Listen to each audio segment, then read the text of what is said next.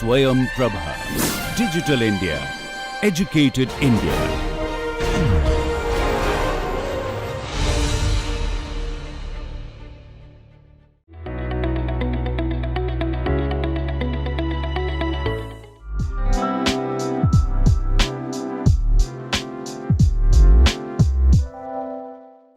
Hackathons are more than just coding competitions.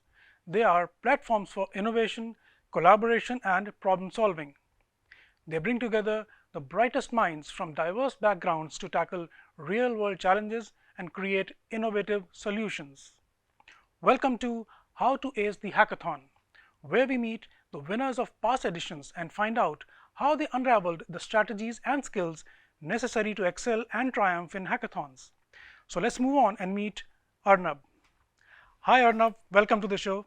Thanks for sparing time. First of all, congratulations on your winning the hackathon's earlier edition, and we are glad to have you, to share with us your experiences. So Arnab, to begin with, please let us know the problem statement that you are working on. Yeah, so we were working on the problem statement, namely tracking, reducing, and reusing of plastic wastes. It was given by the International Council for Circular Economy.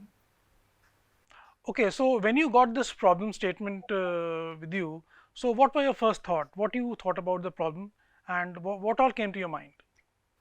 Yeah, so the way that we thought was that in India, if you see in the past few years, there have been many recycling organizations, and people are trying their best to recycle plastics in the best way possible. But the problem is not with recycling, but it lies with the first word of the problem statement that you see is tracking. It's very difficult to track and collect the everyday domestic plastic that is produced in every household. So I think what we thought was that if we could somehow achieve the right process through which we could collect the domestic plastics produced by every household, we could easily provide a very smooth process for the recycling management team. And that's how we thought that one of our members came up with that idea that you could go to every home for collection of plastics. Now see, today everything is available online. You can order food online, you can book a cab online. So Hmm. why not this process? The kabadi wala or the vendor that comes to your Hmm. house is not on your demand, he comes on his own demand. Hmm. So why can't you get that thing on demand whenever you need? So that's how we thought, and in that way, we just went on with that Uber and Ola uh, method, where you can just book your nearest vendor, your nearest kabadiwala to your house, and you can give away your items. Arnab, I think you were like pretty good track you were on. So before we go any further, any you unravel your journey, please let me know about the team formation first, because I think that is the first and the most crucial part of taking this journey and succeeding. So tell us about the team, how you formed the team, and what you thought was the right composition for this. Yeah, that's a very good question. Uh, Students keep asking about how to form the team, and I think most of the answers they get is that you need a very good team where you need people from web development background, you need people from Android development background, you also need people from AI ML background. But it's always not possible to get people from all these backgrounds and accumulate them in a team. So I think the most important characteristic is that you need people who are eager to work. Not only you see uh, people, you need who are very punctual about what they are doing and who are open to feedback from anyone, literally from anyone, from any age group. And that's, I think, the most important thing what we kept in mind while forming a team. Yeah, so that's one thing that you should always keep in mind. And what about the core competencies? Yeah, so now see, if you have people who are willing to work, now you start chalking out what would be the blueprint of this idea. And if you have the basic blueprint, then you go on adding the minute details to these idea. Now see, if you have three people from the web development background and you think of taking a problem statement which is very Android based, you can't do that. You need to see that if you can excel in one of the problem statements that is web based. So that's what we did. We went in that direction. Whatever, with whatever resources or whatever people we had, we always kept in mind that with whatever you have, you can excel with those people only. Okay, so this was about your team. So anything about the pre-planning before you, went into the competition? Always the pre-planning procedure, I think, uh, the internal hackathon that is held in the colleges, people go on adding the very minute details to all to their idea. But I think before the internal hackathon, you should only focus on the just the blueprint of the idea, nothing else than that. Because if you go on thinking about every minute detail in the first go, you can land up with something which is which might be impossible to actually implement. So, before the internal hackathon, just focus on what is the basic blueprint of the idea. Then you go on taking feedback from different people. It could be seniors, it could be your mentors, and then go on adding the minute details to your idea. That's how you weave a perfect shaped idea. So how well prepared were you when you went into the actual event in terms of, your confidence, in terms of your preparation? See, first of all, we were in the second year when we went for the finals, and honestly, like every other second year, you feel that maybe there will be people from third year, fourth year who would be very good and very better than us in every aspect. It could be the technologies they knew, or they could be better in even the presentation which you give in front of the judges. But I think that's all just a fear in your mind. When you go on to the field, actually in person, everybody is dealing with the same problems and everybody is dealing with that same fear. So just you need to overcome that fear first, and after that, what the preparation that comes, I saw many teams which went with full preparation about what they are doing, and they just were there to pitch their idea. But I think hackathon is more about being at the spot and building your idea on the spot, taking all those feedback and all those requirements at the spot only. So because if you have already a very complete uh, prototype, then I think one suggestion from the judges could just shatter your idea, because uh, it might be such a suggestion which you haven't thought about, and if you go to implement that, your idea could just go in some other direction, and there have been teams who just get demotivated and stop working. But you can't do that. You take a basic structure of what you have done and go on with that to the location, and after that you estimate that what could be built on this, and take suggestion of the judges and build during that 36-hour duration. Yeah, I think you brought in a very valid point when you focused on that 36-hour period, that on the spot stuff. So now let's talk about that 36-hour period. So how did you structure that those 36 hours? I mean, what was the plan? Was there any strategy behind that? How did you, spread that 36-hour period into, different work flows? Yeah, so like every other team, I would like to say that yes, we had a plan. But what happens is that after first few rounds of presentation, whatever plan you have, it somehow gets shattered, and you need to chalk out a new plan.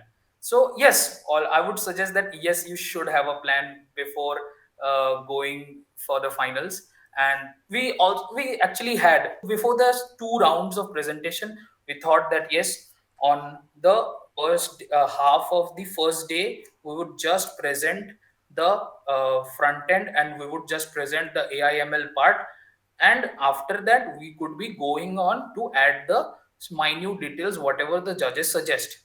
But then the judges came up with some problems in the AI model, and then we exactly had to work at on the AI model the first day only. The first entire day went on working on the AI model and fixing that. So you can have a plan, but it really doesn't work. It's all about how consistent and how spontaneous you are with your team, and how good the team management is. I think that is the most key factor working there, because in such times you are under immense pressure when the judge has when they have said you something to implement, and you know how to implement, but it's such a process that you think that, oh, I might not be able to complete it, or I might not be able to deliver it. But that's when you lost your motivation. You can't tend to lose any motivation. You need to work under that immense pressure and give out the best version of yourself. So as I can understand and as I can, hear you out, those 36 hours are really intense and crucial, and it could, make or break whatever you're working on. So any tips or tricks that you would want to share in terms of handling those 36 hours? Not only that, but handling the, you can say, conversations or the pressures, as you say, when the judges come on to you and then, they share whatever they have to share. About the presentations, I would say that I've seen teams where every member goes on before the judges and tries to explain something or the other, and there have been clashes among the members itself. But I think one or two members for presentation is enough, and put forward those members who are very good with the soft skills, who can lead the teams from the front, and who can explain the idea very in a very better way. And there could be times when the judges would try to confuse you with some questions, and they could ask in very minute details, and such details which you haven't thought about, and you can't take the risk of getting confused at those points. So the advice is you need to put forward the person who is very good with soft skills, and he or she should lead the presentations from front. And I would suggest that person should prepare for these presentations from a week by watching. Might sound silly, but I watched international shows where people pitch in front of investors. How they pitch in front of investors, I watched those shows. I got to learn the atmosphere, how when you are in front of some officials, you are in front of professionals, how to put forward your idea so that they find something very beneficial in your idea, and they find something that they, yes, this idea can change something. So I think those are some very good, very important pointers, and I'm sure everybody will be benefiting by those pointers. So another question that comes to my mind is, what after the hackathon? So how has this hackathon, the winning of this particular competition, changed you, changed your, you can say, career path, or whatever change it has brought in your life? Please share about that also. How it has affected you. Yeah.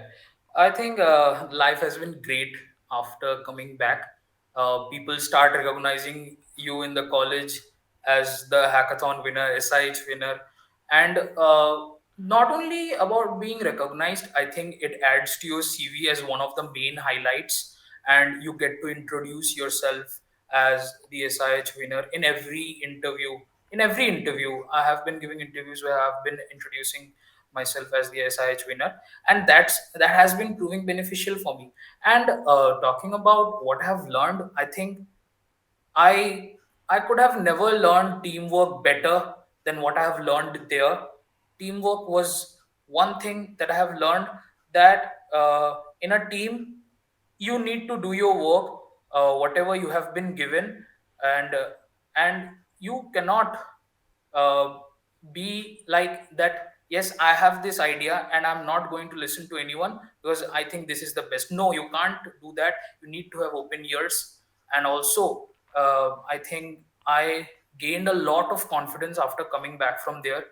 After coming back, we get more and more opportunities to pitch the same idea to even to the ministry that we had been working for, and they also said to start giving funds to the teams that are interested to take this forward as a startup. And I think that confidence, that was a phase. Even now, the phase is going that where if the idea that you have been working on for months, anyone who comes to you and says that, okay, what's your idea, pitch me your idea, you should be very spontaneous, that you could just give him the glimpse of your entire idea in about 5 to 6 minutes. You should have that confidence. SIH builds that confidence. Okay, great, Arnav. Wonderful talking to you, and thank you for sparing time and sharing your thoughts and your entire journey. I'm sure it's going to be super beneficial for all the viewers who are watching you. So, thank you once again, Yeah, and we wish you all the best for your future endeavors. Thanks, Arnav. Thanks for joining. thank you for this opportunity. Thank you. So, guys, this was Arnav and his ways of winning. So let's hope you will get some benefit out of this. And not only this, we'll be bringing you some more winners of the past editions and help you win that hackathon you're looking forward to. Thank you.